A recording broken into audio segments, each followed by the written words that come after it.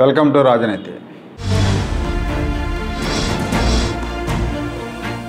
ఈ మధ్యకాలంలో కోర్టులు ఇస్తున్న తీర్పుల మీద న్యాయవాద వర్గాల్లోనే కాకుండా సామాన్య ప్రజల్లో కూడా ఈ తీర్పులు చర్చనీయాంశం అవుతున్నాయి.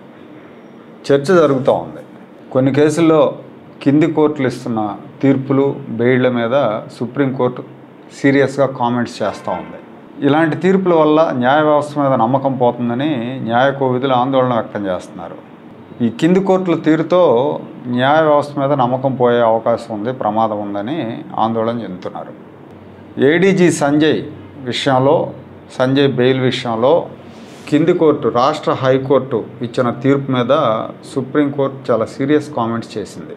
ఈ సంజయ్ సిఐడిలో పనిచేసినప్పుడు, సిఐడి అధికారిగా పనిచేసినప్పుడు నిధుల అవకతవకలకు పాల్పడ్డాడని ఇతని మీద కేసు పెట్టారు. కేసు పెడితే ఇతను హైకోర్టుకు బెయిల్ కోసం వెళ్ళాడు. జస్టిస్ శ్రీనివాసరెడ్డి గారు ఇతనికి బెయిల్ మంజూరు చేస్తూ 49 పేజీల తీర్పు చెప్పారు. దీని మీద ప్రభుత్వం సుప్రీంకోర్టులో అప్పీల్ చేసింది. ఆ తీర్పు కింది కోర్టు ఇచ్చిన తీర్పు ప్రతిని చూసిన సుప్రీంకోర్టు న్యాయమూర్తులు ఆశ్చర్యపోయారు, విస్తుపోయారు. 49 పేజీల తీర్పు ఒక బెయిల్ పిటిషన్ మీద, ఇది బెయిల్ పిటిషనా ట్రయల్ పిటిషనా అని సుప్రీంకోర్టు వ్యాఖ్యానించింది. గతంలో కూడా ఇలాగే తెలంగాణ హైకోర్టు వైఎస్ అవినాష్ రెడ్డి వివేకానంద రెడ్డి హత్య కేసులో ఇతనికి బెయిల్ ఇచ్చినప్పుడు సుప్రీంకోర్టు చాలా పరుషమైన కామెంట్లు చేసింది. తెలంగాణ హైకోర్టు తీర్పును తప్పుపడుతూ ఇది అడాషియస్ అంది. అడాషియస్ అంటే చాలా దారుణమైన తీర్పు అంది. ఇంకా అంతకంటే అవమానకరం లేదు ఆ తీర్పు ఇచ్చిన వాళ్ళకి. కానీ నడిచిపోతూ ఉంటుంది అంతే, ఎందుకంటే ఎవరు ప్రశ్నించడానికి వీల్లేదు.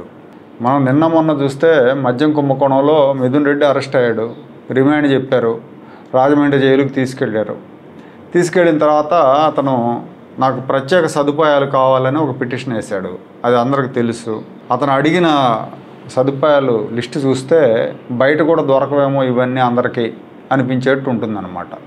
మినరల్ వాటర్ దగ్గర నుంచి 3 పూట్ల బయట నుంచి భోజనం దగ్గర నుంచి వెస్టర్న్ కమోడు, ఒక టేబుల్, ఒక చైరు, ఒక టీవీ, ఇట్లా అన్నీ, ఒక హెల్పరు, ఒక సహాయకుడు అన్నీ అడిగాడు. కొత్త దిండు, కొత్త పరుపు, కొత్త మంచం.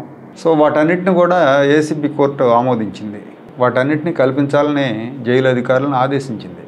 అయితే ఇక్కడ తేడా కొట్టింది. ఇతనికి సహాయకుడిని కూడా ఏర్పాటు చేయాలి అని కోర్టు చెప్పింది. కానీ జైలు మాన్యువల్ ప్రకారం సహాయకుడిని ఏర్పాటు చేసే అవకాశం లేదు. జైలు అధికారులు దాని మీద రివ్యూ పిటిషన్ వేశారు. ఇప్పుడు మీరు సహాయకుడిని పెట్టమని చెప్పారు, మా మాన్యువల్ ప్రకారం అలాంటిది లేదు. సహాయకుడిని ఎవరన్నా అంటే అంగవైకల్యం ఉన్నవాళ్ళు, లేకపోతే సొంతంగా పనులు చేసుకోలేని వ్యాధిగ్రస్తులు జైల్లో ఉంటే వాళ్ళకి పెడతారు. కానీ మామూలుగా అన్ని కాళ్ళు, చేతులు, కళ్ళు సక్రమంగా పనిచేసేవాడికి సహాయకుడిని పెట్టే అవకాశం లేదు, మాన్యువల్లో లేదు అని వాళ్ళు పిటిషన్ అయిపోతున్నారు. అంటే ఇక్కడ మాన్యువల్లో లేని అంశాన్ని కూడా ఇతనికి కల్పించండి అని చెప్పడం ఎలా చూడాలో అర్థం కావట్లేదు. దీని మీద ఎక్కువ మాట్లాడితే కంటెంప్ట్ ఆఫ్ కోర్ట్ అంటారు. మళ్ళీ న్యాయస్థానాల్లో తీర్పులు చట్ట ప్రకారం ఉండాలి, వ్యక్తులను బట్టి ఉండకూడదు. ఎంపీ అనో, ముఖ్యమంత్రి అనో, ఎమ్మెల్యే అనో, మంత్రి అనో అట్లా ఉండకూడదు. ఈ శ్రీలక్ష్మి గారి కేసు తీసుకుంటే అది ఇక మరింత సంభ్రమాశ్చర్యాలకు గురి చేస్తుంది. ఓబుళాపురం మైనింగ్ కేసులో శ్రీలక్ష్మి ఒక కీలక నిందితురాలని సిబిఐ ఛార్జ్ షీట్ వేసింది. క్యాప్టివ్ అనే పదాన్ని తొలగించింది శ్రీలక్ష్మి. క్యాప్టివ్ మైన్స్ అంటే నేను ఒక ఫ్యాక్టరీ పెడతాను, ఆ ఫ్యాక్టరీకి సంబంధించిన ముడి సరుకు పలానా చోట ఉంది, దాన్ని నాకు లీజుకి ఇస్తే నా ఫ్యాక్టరీకే వాడుకుంటాను అనేది అర్థం. క్యాప్టివ్ అంటే గాలి జనార్దన్ రెడ్డికి క్యాప్టివ్ మైనింగ్ ఇచ్చారంటే ఓబుళాపురంలో ఉన్న ఐరన్ ఓర్ అంతా కూడా ఆయన కడపలో స్టీల్ ప్లాంట్ పెడతా అన్నాడు, ఆ స్టీల్ ప్లాంట్కి వాడుకోవాలి. అలా చేయకుండా చివరిలో క్యాప్టివ్ అనే పదాన్ని తొలగించారంట. దాంతో ఏమైందంటే అతను ఎక్కడికైనా అమ్ముకోవచ్చు ఆ ఐరన్ ఓర్ని. చైనాకి అమ్మేసుకున్నాడు, బాగా డిమాండ్ ఉంది ఆ రోజుల్లో. ఇక్కడ స్టీల్ ప్లాంట్ పెడతానన్నాడు కదా, అది అటకెక్కించేసి భూములు అయితే శాంక్షన్ చేసింది ప్రభుత్వం. ఈ ఐరన్ ఓర్ అంతా చైనాకి ఎక్స్పోర్ట్ చేశాడు. ఈ క్యాప్టివ్ అనే పదాన్ని తొలగించిందే శ్రీలక్ష్మి అని చెప్తారు. అయితే ఆవిడ సిబిఐ కోర్టులో అసలు నాకు సంబంధం లేదు ఈ కేసుతో, నన్ను ఇరికించారు, నన్ను డిశ్చార్జ్ చేయండి అని ఒక పిటిషన్ వేశారండి. 2022 అక్టోబర్లో సిబిఐ కోర్టు ఆ పిటిషన్ని కొట్టేసింది. కొట్టేస్తే ఆవిడ హైకోర్టుకి వెళ్ళారు, తెలంగాణ హైకోర్టుకి. తెలంగాణ హైకోర్టు న్యాయమూర్తి జస్టిస్ సుమలత గారు ఈవిడ్ని ఆ కేసు నుంచి తప్పిస్తూ తీర్పు ఇచ్చారు. దీంతో సిబిఐ వాళ్ళు సుప్రీంకోర్టుని ఆశ్రయించారు. తెలంగాణ హైకోర్టులో మా వాదన వినకుండానే ఆమెని డిశ్చార్జ్ చేశారు కేసు నుంచి. ఇది కరెక్ట్ కాదని వాళ్ళు సుప్రీంకోర్టులో అప్పీల్ చేస్తే సుప్రీంకోర్టు విచారణ జరిపి వీళ్ళ వాదన వినకుండా మీరు తీర్పు ఎలా ఇస్తారంటూ తిరిగి హైకోర్టుకు పంపించారు. మళ్ళీ విచారణ చేయండి శ్రీలక్ష్మి డిశ్చార్జ్ పిటిషన్ మీద, 3 నెలల్లో తీర్పు చెప్పండి అని సుప్రీంకోర్టు హైకోర్టుకు పంపింది. హైకోర్టు ఈమె డిశ్చార్జ్ పిటిషన్ని విచారణ జరిపిన తర్వాత కొట్టేసింది. ఇదే హైకోర్టు గతంలో ఈవిడ డిశ్చార్జ్ పిటిషన్ని ఆమోదించింది. ఇవాళ ఇదే హైకోర్టు ఆ పిటిషన్ను కొట్టేసి ఈవిడ మీద మళ్ళీ విచారణ జరపాల్సిందని సిబిఐ కోర్టును ఆదేశించింది. ఈ వ్యవహారం అంతా జరుగుతుండగానే ఈ సిబిఐ కోర్టు ఓబులాపురం మైనింగ్ కేసులో విచారణ జరిపి గాలి జనార్దన్ రెడ్డితో పాటు ఇంకో 4గురికి శిక్షలు కూడా విధించింది. అయితే ఆ శిక్షల మీద మళ్ళీ ఇదే తెలంగాణ హైకోర్టు ఆ శిక్షలను సస్పెండ్ చేసింది.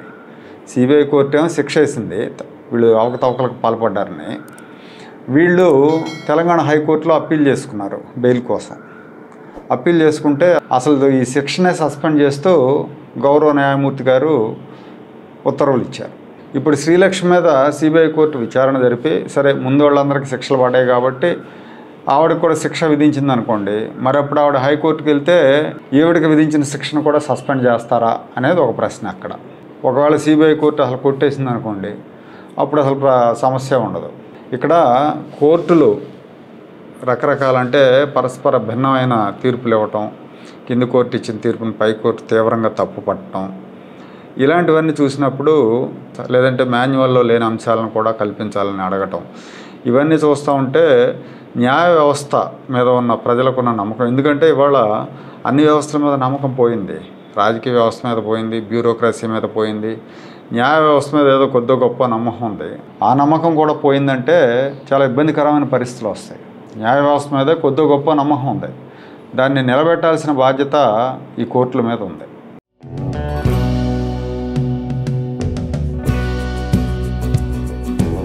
Like, share and subscribe to Rajaniti channel.